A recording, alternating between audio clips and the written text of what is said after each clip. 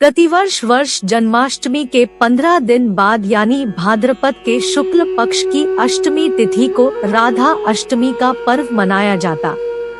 इस दिन राधा का जन्म हुआ था। अंग्रेजी कैलेंडर के अनुसार 3 और 4 सितंबर को अष्टमी तिथि रहेगी। 3 सितंबर को राधाष्टमी का उत्सव मनाया जाएगी।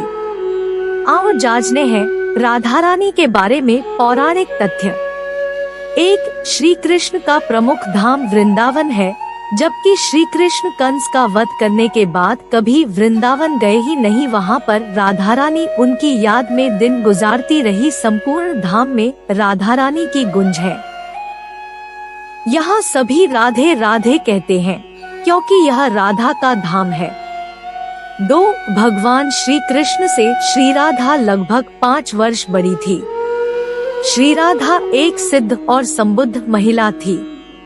श्री राधा का पहला नाम वृषभानु कुमारी था, क्योंकि वह वृषभानु की पुत्री थी।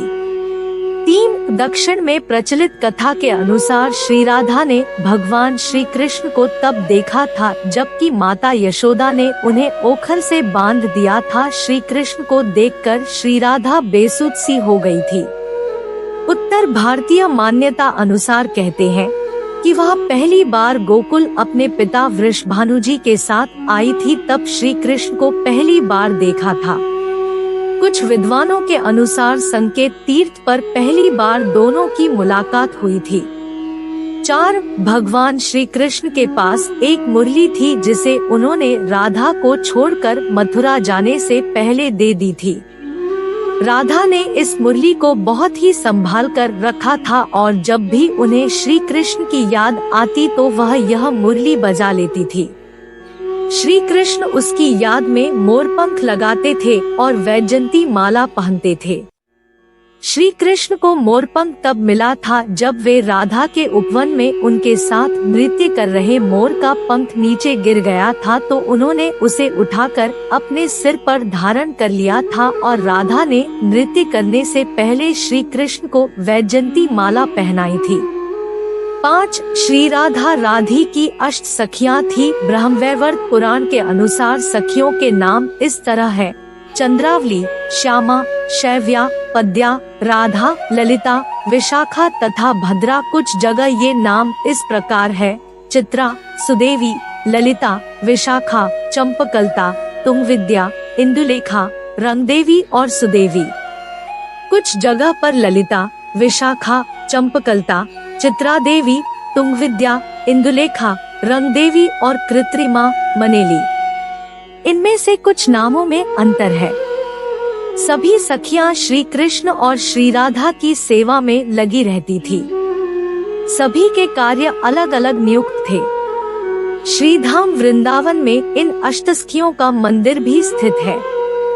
6. मथुरा जाने के बाद राधा और कृष्ण का कभी मिलन नहीं हुआ। हाँ, उद्धव श्री कृष्ण का संदेश जरूर ले गए थे।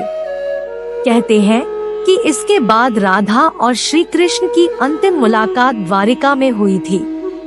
सारे कर्तव्यों से मुक्त होने के बाद राधा आखिरी बार अपने प्रियतम कृष्ण से मिलने गई। जब वे द्वारका पहुंची तो उन्होंने कृष्ण के महल और उनकी 8 पत्नियों को देखा।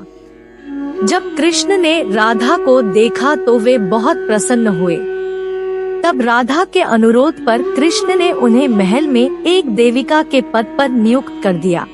कहते हैं कि वहीं पर राधा महल से जुड़े कार्य देखती थी और मौका मिलते ही वे कृष्ण के दर्शन कर लेती थी।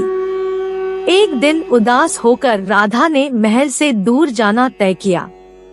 कहते हैं कि राधा एक जंगल के गांव में रहने लगी। धीरे धीरे समय बीता और राधा बिल्कुल अकेली और कमजोर हो गई। उस वक्त उन्हें भगवान श्री कृष्ण की याद सताने लगी। आखिरी समय में भगवान श्री कृष्ण उनके सामने आ गए।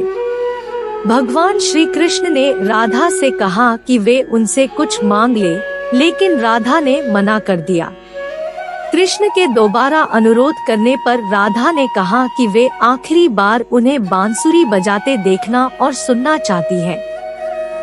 श्री कृष्ण ने बांसुरी ली और बेहद सुरीली धुन में बजाने लगे। श्री कृष्ण ने दिन रात बांसुरी बजाई। बांसुरी की धुन सुनते सुनते एक दिन राधा ने अपने शरीर का त्याग कर दिया।